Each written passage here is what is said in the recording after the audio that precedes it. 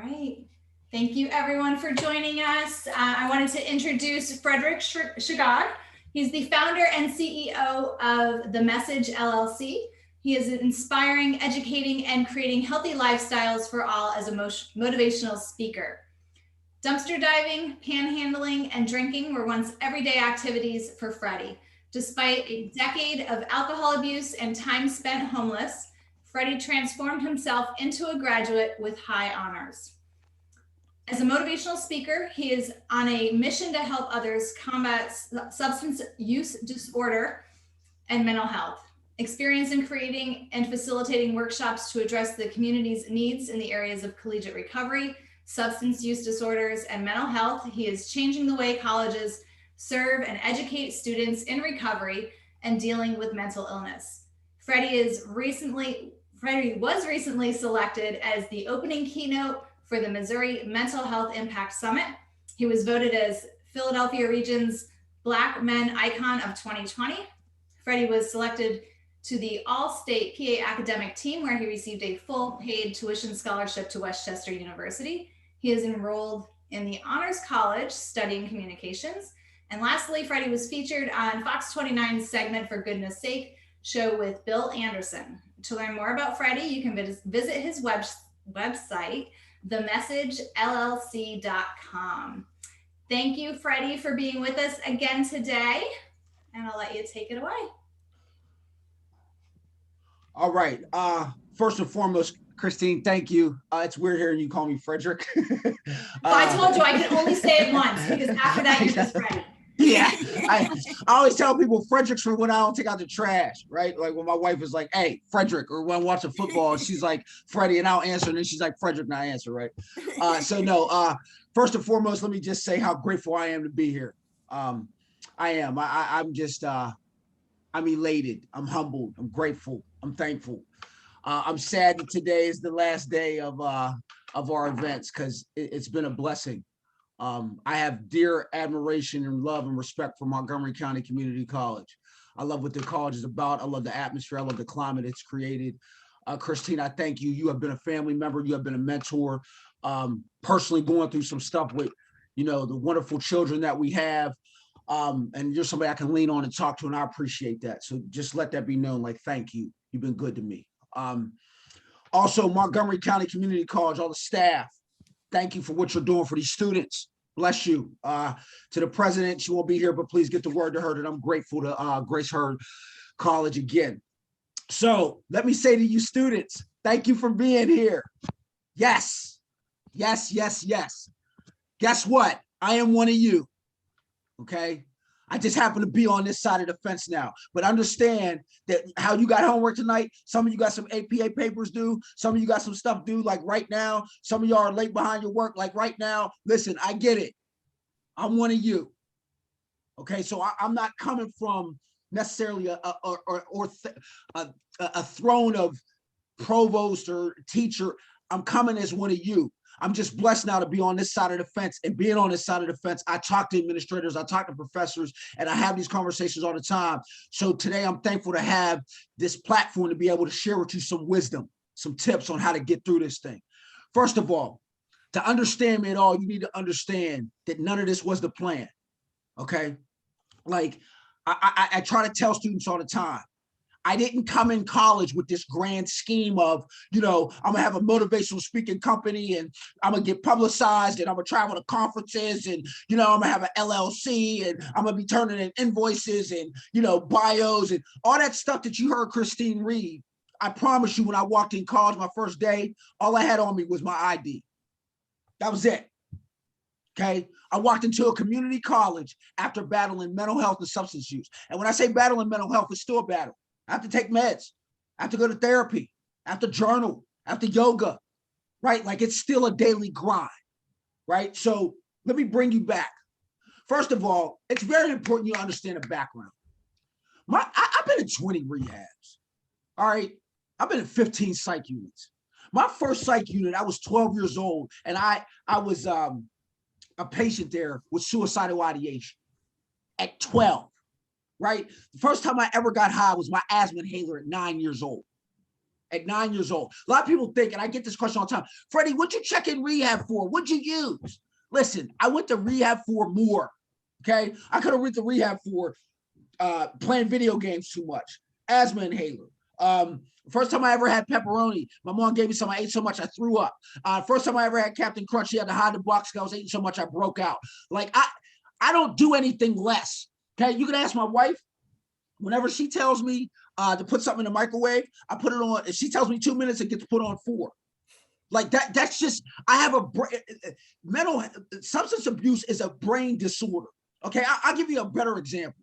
You take a person that, and I always use this example. My wife hates this example, but I like it because I think it makes the best example.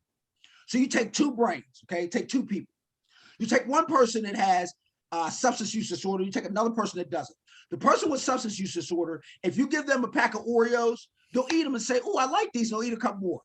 You give that to a person that has addictive issues, they eat them until they get sick.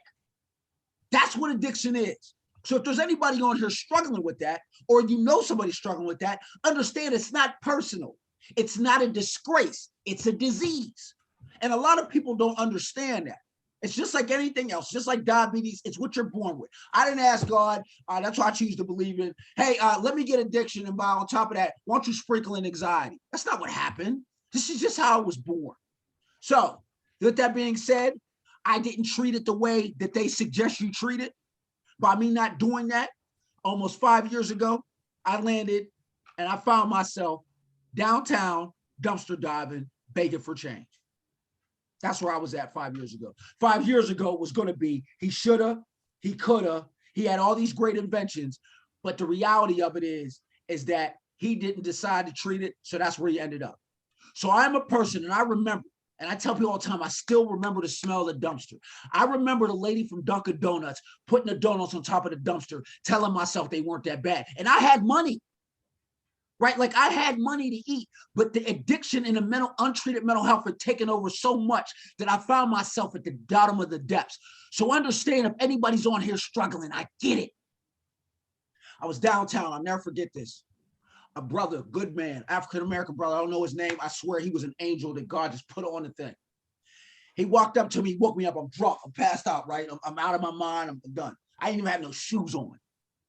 He said, he didn't say Freddie. I always say that, but he didn't say Freddie because he know my name. He said, sir. He said, wake up. He hands me a pillow and a bottle of water. And I said, what are you doing? I said, let me die, man. I said, I'm a horrible person. I'm a failure in life. I'm nobody. Let me die.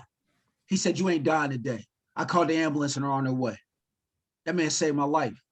I wish I knew where he was. I'd take him out to get dinner. I'd invite him over every Sunday afternoon for dinner. I swear I would. I don't know who he is. I get into treatment, and this is what my bottom was for me.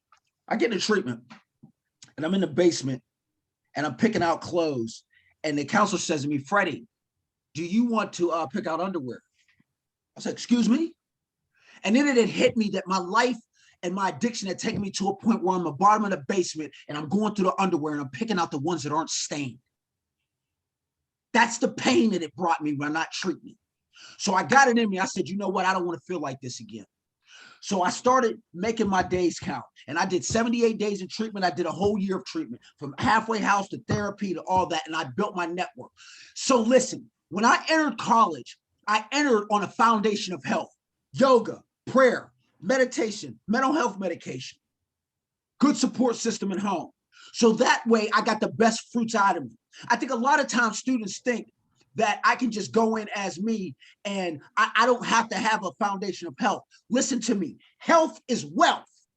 The reason I know that is because by being healthy, that's where you see the rewards of a 3.74 GPA. That's when you see the rewards of a published author.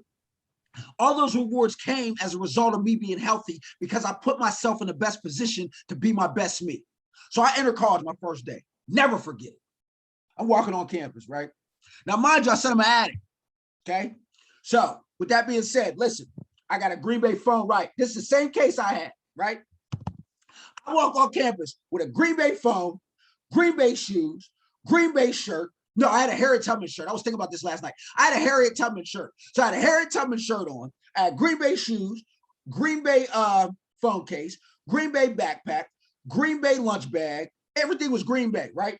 I had these yellow, was it yellow? They were like these shades on, right? I had a Green Bay bucket hat. I'm telling you, I came ready. Listen, first day I'm walking on, right? I'm walking around, I was like, my name's Freddie. How y'all doing? I take mental health medication. I'm in recovery. I'm just thankful to be here. Listen, my wife packed me a lunch. I'll never forget.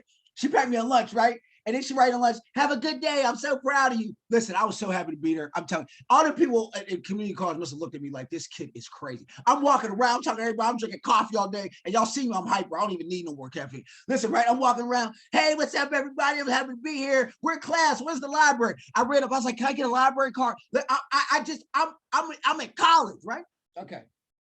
So I go up. And you guys know from Montgomery County, you got to take these things called placement tests because we got to place people where they're at. And listen, let me be very clear about this. Anybody that's ever taken a placement test or anybody has to take remedial courses change the natural course of my life, literally. I am an advocate of placement tests. I think placement tests are the best thing to ever happen. I believe in them, and I think it starts you where you're at. I am a fan of placement tests. So I take the placement test. Now, mind you, when I get to college, I'm in what they call the KEYS program. And let me be very clear about this. The KEYS program is the best program I've ever seen on a college campus, hands down. It's not even arguable. The people in the KEYS program are great. The people I had, my caseworker, from the day I met her to the day I finished, to this day we still talk. The KEYS program is unbelievable, and I am a fan. So, and by the way, they pay for all my books. They give me bus pass, and things like that for a student like me were crucial because I wasn't always driving. So, listen, right? I take the placement test. I go up and take it. And I finish. And I get down, the lady walks up and says, congratulations. I said, what? She said, you placed in the remedial courses. I was like, yeah. I thought the remedial courses were the advanced classes. I thought I was an APA. So I'm like walking around like, yo, I'm in remedial. I'm telling everybody I'm in remedial, right? I don't even realize that remedial is the lowest level classes that they offer. I thought they would, this is how far out I was, right? Now, listen, I want to say something. W.E.B. Du Bois has a quote. W.E.B. Du Bois has a quote, and it speaks volumes about my walk and my journey. And it says, college must not simply teach work. College must teach life. That's what college did to me. I didn't walk in college looking for straight A's. I walked in search of life. College was my last option. I didn't have nothing else. I was a 30-year-old man. I was down and out because I had put myself in this addictive situation. I was coming out of homelessness. College for me was a passport to a new life. So for me, every assignment meant something. For me, every project meant something. For me, every time the teacher told me to read something, I was reading because I was trying to get ahead in life. It didn't matter about the grade. I was really studying because I wanted something. So I want all you students to understand, listen, don't do homework just to do homework. Do homework for a reason. Do homework because you want to change the field, the fabric of the field you're in. Because I promise you, each assignment you go into and each learning environment you go into, there's something to learn out of that. So I walk in English 025. English 025 changed the course of my life. And when I walk in there on the first day, and the lady says, Freddie, well, she doesn't say Freddie. She's talking to the class. She's like, hello, class, all this. And I was thinking about this last night. I need to be honest, too. So the class was on a Monday night when Monday Night Football comes on. And I was mad because I had to go to class during Monday Night Football. So I went and signed up with my cable company to make sure, because we had computers at the desk. So I went and signed up with the cable company because I asked her, I said, and my teacher, man, God bless her. She was so cool. She said, listen, I'm going to give you your assignment. I'm going to let y'all do y'all. But the assignment better be right, what I'm asking for. So I had the little Monday Night Football thing up, and we would work in groups on our assignments. She was so cool, right? I would never do that now, but I'm just telling the truth about how I was as a student. But one thing I give that teacher credit for, she wasn't dogmatic about the rules. And by her not being like that, there was an empathy and a heart to her that we all tried harder because we knew she gave us rope, but she expected productivity. And I respect that. And I think as a teacher, you could do both. And I say this all the time. You could be professional and have a heart. There's a way to mix it, right? Like we talk about these words, pedagogy and all these great theatrical, academic jargon. But the bottom line, if we just show these students that they're human first, I promise you'll get the best fruit. So she said, okay, class, here's our first assignment. Now, mind you, because she was so nice, we had all kinds of food in this class. I'm telling you, it was like a cookout every week. So we're in there, right? And the class was at night. And she says, okay, guys, your first assignment's on identity.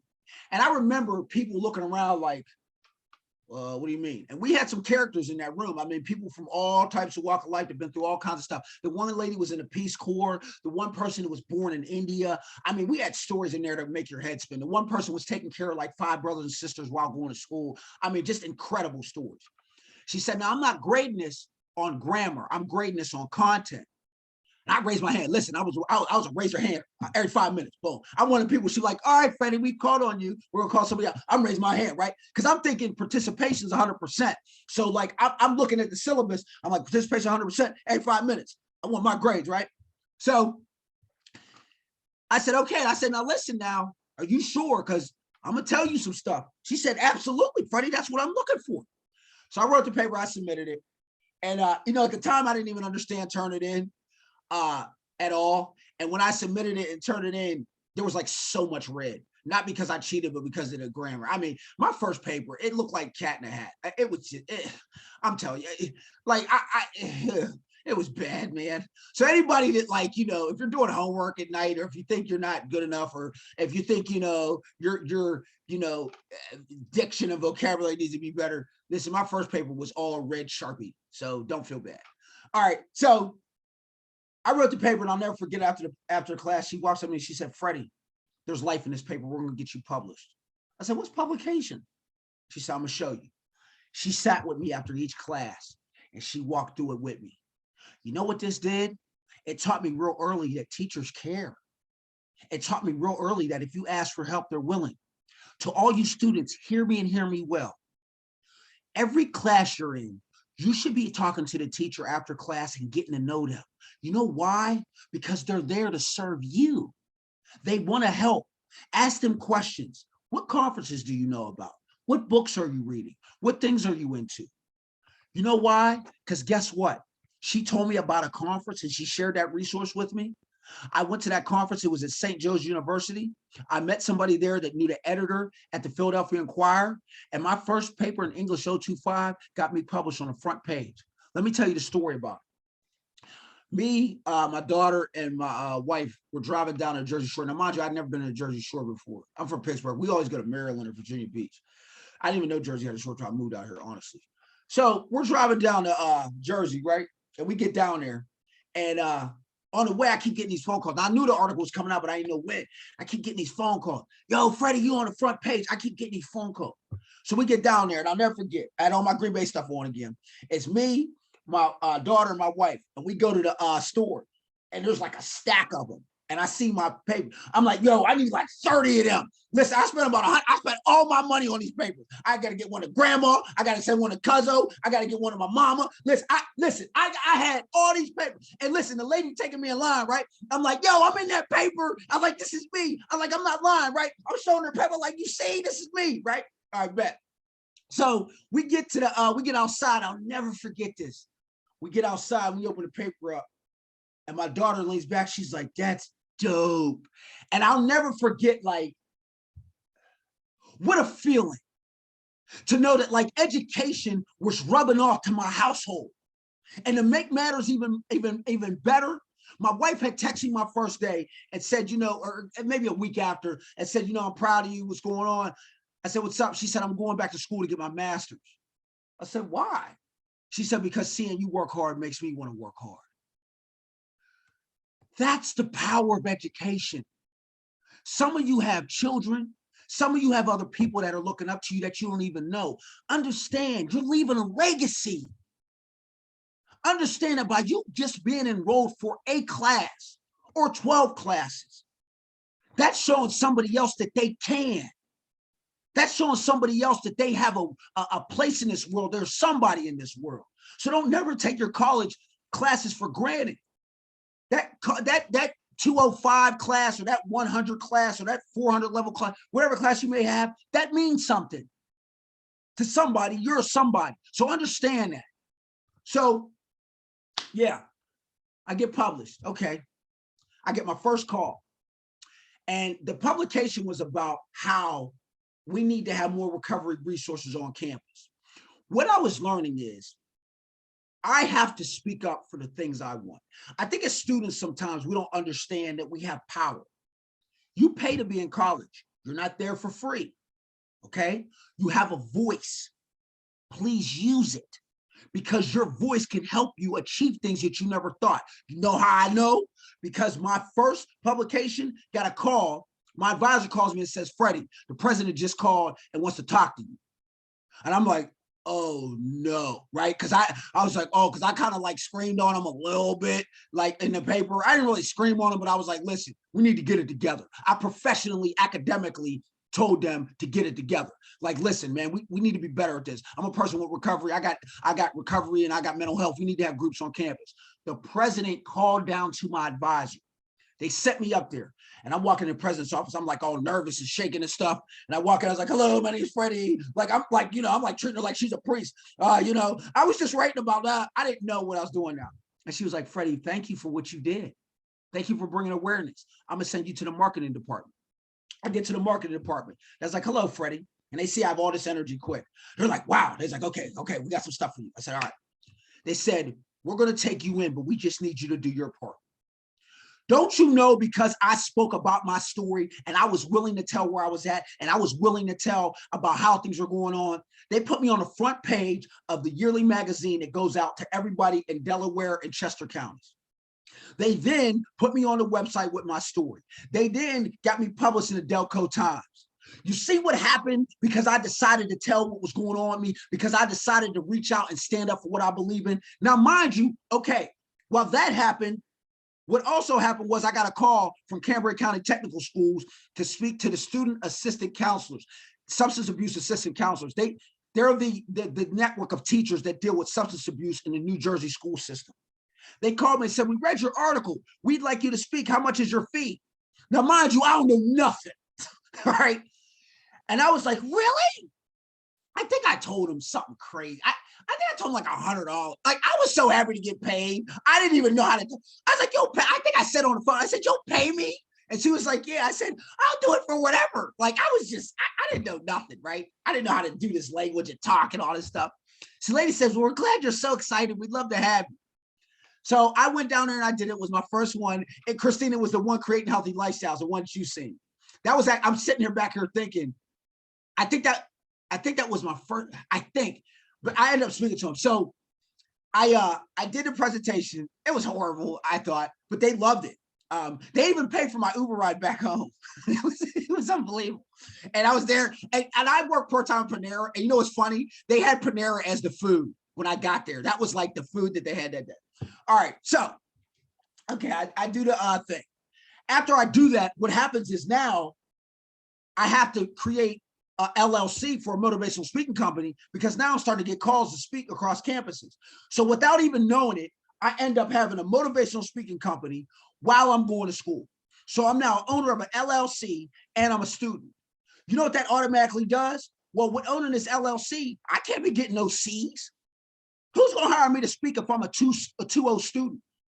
And on top of that, you got to understand, most of the speaking engagements I've ever spoke at, everybody there has doctorates, double doctorates, masters, books, publications. I just got me and my me and my publication from the Philadelphia Inquirer. I don't have the resumes they got. So I have no choice but to get straight A's, because the A's I get lead to scholarships. The scholarships lead to dinners. Those networking dinners lead to speaking events. Like, I have to show a resume that I belong. Now, I know I belong in mind and in heart, but I have to show a CV that'll get me in the door. So I made a goal. I said, you know what? I'm going to make Phi Theta Kappa International Honor Society. But the first semester I couldn't make it because I had gotten my remedial courses didn't count towards my GPA. So I was all upset. And I remember calling my mom. She said, Freddie, stop crying and get to work. Anybody can do it one semester. You want to be great, do it again. That's what separates average from legend. If you want to be legend at something, you want to be known, you got to do it consistently. I said, all right, I got back to work. So that semester that happened, I get inducted to Phi Theta Kappa. I meet Miss Christine. And I want to tell this story because it's very important, because I want everybody to know how big this stuff is. When I first get on there, right? When I walk into this conference, I remember calling my advisor and I said, I don't think I belong. And she said, what are you talking about? I said, listen, The conference I was at, I had gotten a scholarship. Now, at this point, I had gotten like 7 scholarships. The conference I was at, I had gotten a scholarship, but they also allowed me to present as a student. And before, when you're at these conferences, you have to, when you want to present, you have to send them an abstract and you have to send them a curriculum vitae. Now, let me be very clear. The first curriculum vitae I sent was like a half a page. It was like, my name is Freddie. I work at Panera. The customers love me. I was employee of the month. And that's my curriculum vitae. And the lady sent me back. She said, sir, thank you so much. We appreciate it. But do you have any publications? And I told her back, I said, yeah, I have the Philadelphia Inquirer. She said, put that on there. That was my curriculum vitae. And they accepted me. Bless them. Because I know it wasn't nowhere near everybody else. I got in and I got there and I said, and they're all talking this great jargon and speaking this stuff. And I'm like, man, they're asking me like, what books are you? I'm like, like, I don't even. So I called my advisor and she said, here's what I need you to do. I need you to walk in that room and I need you to walk in there like you deserve to be there and like you own that room. I need you to be you. I need you to go in here and I need you to tell these people about the importance of mental health and substance abuse. And I need you to speak it like you ain't never spoke before. That's what I need you to do. The reason I'm telling y'all that is because we can sometimes as students feel like we don't belong. We can sometimes have low self-esteem. We can sometimes think because we're an older student, we don't belong in here with all these younger students. We can sometimes think that our stories don't matter. We can sometimes feel like we don't belong. But I want you to hear me and hear me well. Everybody sees my glory, but everybody don't know my story. I need you to understand this. You are intelligent, you matter, and you all have gifts. There's a reason you're here. You didn't luck up and get in college. You didn't luck up and pass grades. You did it because you're intelligent and you have a purpose on this planet. And I want you to understand, if a person like me who was eating out the dumpster almost 5 years ago can travel a country, imagine what you can do. I believe in you. I know you something. I know you're somebody, and I know you can do anything you want to do. You know how I know? Because I know where I came from, and that's what I told me, made me believe that every student on here is somebody. I get in that conference, I do the thing. At the end, I walk up to Miss Christine. We start talking. She's so nice. So for the record, Miss Christine is exactly who she is. She's so nice. And I was like all nervous and shaking. She didn't even know at the time. And I'm like, you know, how you doing? She's like, that was wonderful. We'd love to have you at Monco. And in the back of my mind, I'm like, thank you, Jesus, right? Because, you know, like part of it is sales. Like I'm trying to speak for a living, right? And I'm like, oh, wonderful. Like, and to her credit, she stayed in touch. You know, she really, like, I'm just so grateful because it's people like her that make me believe I can do what I'm doing. I'm going to be honest. I didn't know if I wanted to do this after that because it can get stuffy in these rooms. It can get intimidating. These people have been on some big platforms. I've been on been in conversations with people that have been on TV. Like their bios are big. Been on conversations with people that, you know, they got more than that, New York Times best-selling authors. These people are something, like they pay these people for a reason. So every conference I'm at, I want you to understand this. I'm the lowest degree in the room. I've never been in a conference where I have as much vitae, but guess what I do have? A story. Guess what I do have? A talent. They can't deny that. So understand this. Just because you don't walk in there with their resume don't mean you don't belong. You might be the best speaker in the room. And I can say that now. And not unhumbly, but I can say that because I know that in my heart. And if I don't believe I'm the best, what am I doing this for? So yes, I walk in there and you got a better degree than me. Well, I can speak this thing and I can get these people's hearts and I can have everybody have their phone down because I can talk and I can relate, right? So I do that. The summer hits. Now let me tell you what happened and where I'm at right now. Let me bring you up to speed. I end up, because I believe in myself and because people empowered me and because I had a village of believers, I end up graduating Delaware Community College with a 3.74 GPA, high honors. I graduate as a published writer. I graduate with 10 different scholarships. I graduate receiving the All-PA, All-State Academic Team with a full ride to Westchester University. Let me tell you how it happens, and I get emotional. I'm in PTK meeting, and I'm the secretary. And I get the email. I step out and I call my mom. I said, Mom, I just got a full ride. She said, wow. She said, Freddie, I can finally go to my grave and sleep well because of the man that you become. Do you know what that meant to hear that from a woman I know I put through all kinds of mess? that my education was so strong and the accolades were so real that my mama told me she could die and sleep well. Man, there's no greater feeling than that. But this is the power to education. And this is why I love talking to students and let you know your education is bigger than you. Your education means so much more to somebody who might not be able to do it. You might be the hope for your family. Some of you are first generation college people. You don't even realize 50 years from now, 100 years from now, your kids will be saying, man, mama went to community college and graduated. She's the first graduate of our family. I got to go to college. That's the power in this. And you know what? Let's be real. Right now, we had the biggest civil rights movement of this year. The one good thing about college, it's an equalizer. We all know we live in a tilted society, but college is the passport to equalize this thing up. Listen, I didn't have a choice. It was college or bust for me. I had to make it work. And listen, let me tell you students what it is. Trust me on this. Let me teach you how to network. Every single semester, you should be walking out of there with 3 different administrators that you know. I didn't say professors, I said administrators. Why did I say that? Because they got the keys to the door. You should be going to their office hours. You should be knocking on their doors. You should be asking them, listen, how do I do A, B, D, and C, and F? This is what I want to do. Can you walk me through this? Is there anybody in your network, or do you have a resource that you can point me to that can get me in the right direction to do what I want to do? Now, listen, everybody's not going to be receptive. You know, I tell my mom when I complain to her about things going on, she said, Freddie, they hung Jesus. Why would you be different? Get over it. Everybody's not going to like you. Welcome to life. And by the way, and if ain't nobody hating on you, Freddie, that you ain't nobody yet. Get used to the hate and get seasoned. That's life. So I have to learn that because I like to be liked. I ain't gonna lie. I like when everybody likes me, but that's not reality. Okay. Plus, how can you not like Freddie? I'm a cool guy.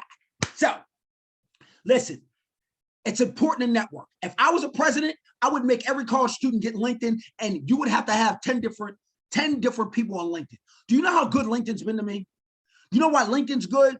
Because the people that work in my fields are on LinkedIn. The people I need to connect with are on LinkedIn. There's a reason. You know what else is good for a student? Watch your online behavior. Watch who you follow. Watch what you say. You know why? Because there's schools and speaking places that want me to speak. You know the first thing they ask me for? I need your social media handles. They check all that to make sure that my behavior is such. You know what I learned this year? Even if my behavior is right, I might be following somebody whose behavior is not. And if they see that, that's going to turn them off. I can't have a platform speaking to children, and I can't have a platform speaking to educators and speaking to people in education and students if I'm following people that are doing knucklehead things. You know what that taught me? Show me your friends. I'll show you your future. If I'm a student, you know what I do when I go to class? Let me give you a scenario of how I handle class. So before each semester, I email all my teachers a month before class, a month before I even walk on campus. And you know why I do that? Because I want to set up a rapport.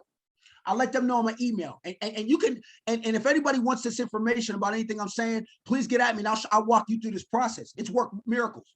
I get on, I say, hello, my name is Frederick Shegog. I'm blessed to be an honor student here. I transferred in. I'm a student to the Office of Disabilities. Okay, as a person through Office of Disabilities, I'm also a student in long-term recovery. I'm in mental health. I take mental health medication. I let them know all this from the door. I like to talk. I like to raise my hand. I have some questions I'd like to talk to you about. What should I be looking at on the syllabus that is important? What are books I could be reading before class or material I could be looking at before class to get me ready? And also, what is the best way for me to go about your class and passing? If you were me, what would you do? You know what that does? That quickly lets them know this kid's here for business. Guess what else? You get more bees with honey. You know what I mean by that? They have 30 other students in 5 other classes. You're not the only one they got to deal with. So you know what? By them seeing I'm putting in the work, by them seeing I'm work harder, when they look at my paper, they judge it a little different. Now I want to say something so we don't take this too far. I'm not saying that they treat me better. That's not what I'm saying. Professors love all people. They love all their students and they want to all help. Obviously, not every professor's perfect, duh. But what I'm saying is that they all want to help. But it definitely helps them when they see a student who's willing to put in the work. And on top of that, sometimes it's made my walk harder because when they see me doing that, they say, okay, since you want to work this hard, I'm going to expect more from you. And I like that because by challenging me, it sharpens my iron, right? So I set that up. Now, if they don't get back to me, I used to take it personal. Why wouldn't they email me back? I emailed them a month before class. Freddie, you're not the only thing they got going on in life. Why don't you email them again? Why don't you call them? They have this thing called office hours. You know, you can't go into their office. It's little things like that that I had to realize. So in doing so, I've had certain speaking engagements coming up and certain publications coming up because I've done that.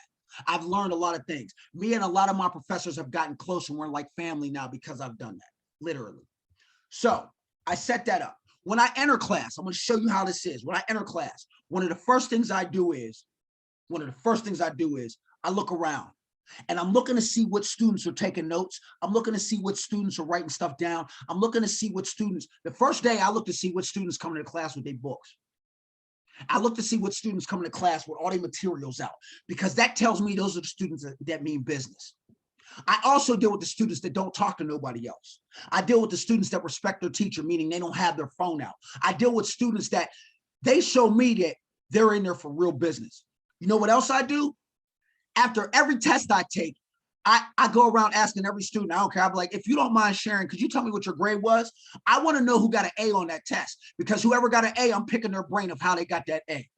You know what that did for me? The hardest class I've taken by far, hands down. And by the way, I've been to 6 schools, so we're clear. The other 6 didn't work because I was drunk, and the other 6 didn't work because I wasn't mature enough to get through school. It had nothing to do with my intelligence. It had to do with what I was bringing to the table with my humanity at the time. When I see the student, when I deal with the students that's getting A's, what it also does for me is it keeps my ego in check, because I might walk in here a straight A student and think I'm gonna breeze through because I'm Freddie. But then when I get with a student who's doing better than me in class, it makes me work harder. So instead of me settling, if I got an A in 95, why can't I get 100? See, that's what it does when I'm dealing with a student who's that high up. So I take this biology class. I want to tell y'all this. I take this bio class. It was brutal, right? And it was during middle of COVID. And I'm cussing this teacher. Listen, the things I said about this teacher outside, oh Lord Jesus. Listen, I'm telling you, I hope she pray. Look, God forgive me, because I talk crazy about this teacher. I was so angry, right? But what she was doing is she was seizing me, and she made me a better student. And I told her afterwards. And you know, it's funny, after that semester, she ended up getting an award for teaching, and she should. She's one of the best teachers I've ever seen. Delaware County Community College biology professor. I forget her name. She's a beautiful teacher. So what happened was, during that class, I had to connect with another student. She walked me through it. Now, I want you to understand something. I ended up sending the teacher something on Frontline, and she taught me something. And I want every student to hear this, because I know we all watch documentaries. Take this advice. When I watch a documentary, I stop it when a professor comes on or a teacher comes on. I stop it when something comes on. You know why? I take a picture and I email that person. You know why I do that? They're a professor. You know what we forget sometimes as students? The people that are teaching us were once us. They used to be a student. If you were a doctor, you used to be a master's student. If you're a master's student, you used to be an undergrad student. If you're an undergrad student, you used to be an associate student. They've been through our process. So guess what? They can help us. They understand what it's like. They've been where we at. So guess what I do? I now take pictures of that so I know what's going on. Guess what that's led to? Speaking engagements and other additional opportunities. So my point here to you today, I graduated Delaware County Community College. I put a post up on LinkedIn that went viral. I had over 93,000 views of that post. That opened up unbelievable doors. I recently did my first national keynote. I addressed over 900 people virtually. It was unbelievable. I'm now at the point where this week alone, I have 5 different speaking engagements, obviously 2 of them being Montgomery County Community College.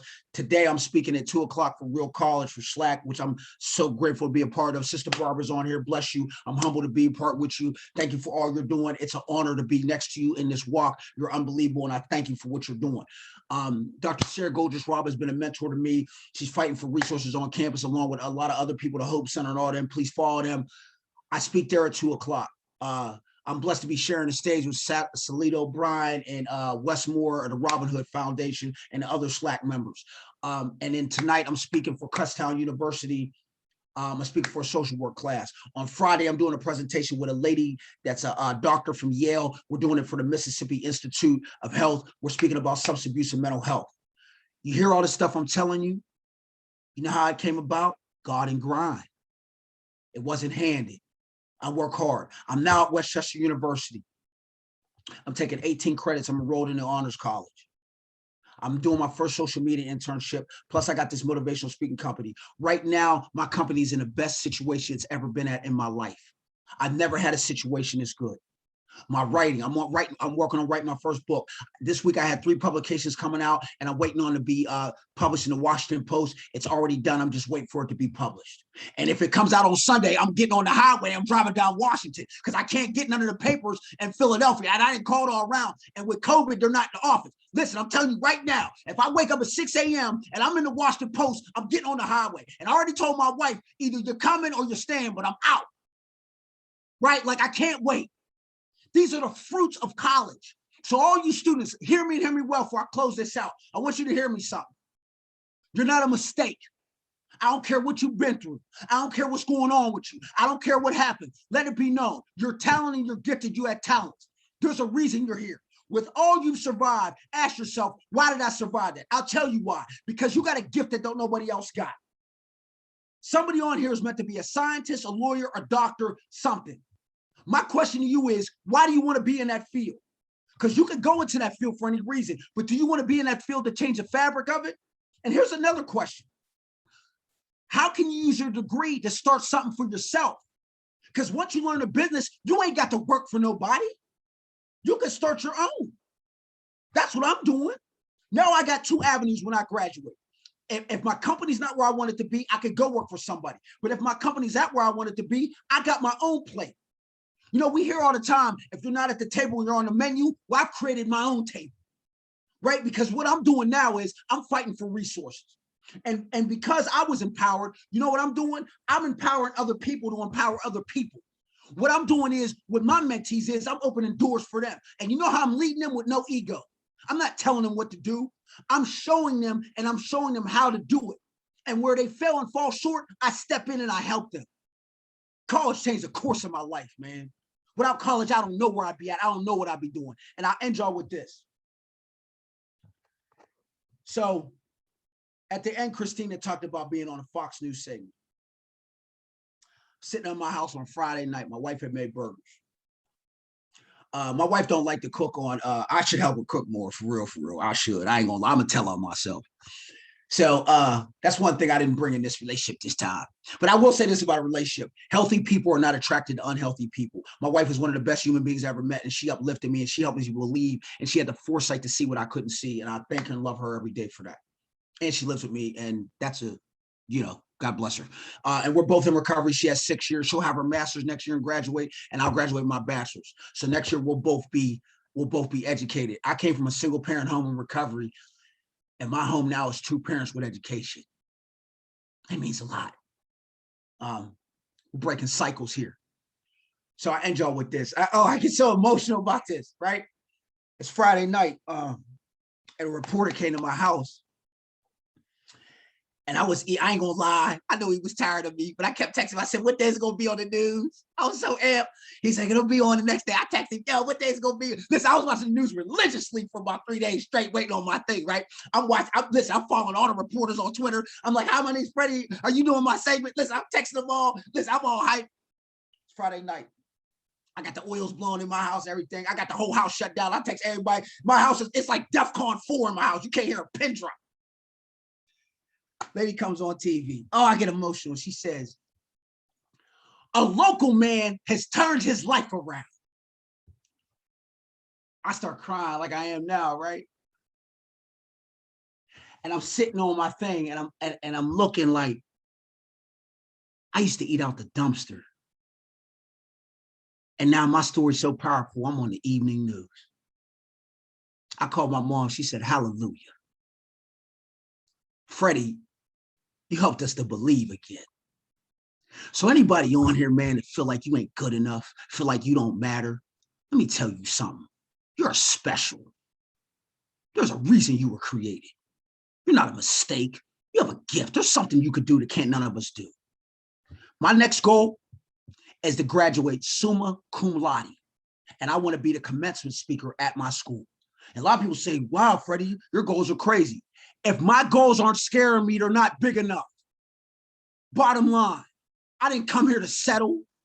I didn't come here for average. If I survived at that dumpster, I could be anything I want. So thank y'all for allowing me to share today. I want you to know this. You can do anything you want to do if you want to put that work in. Bless y'all. Thank you for allowing me to share.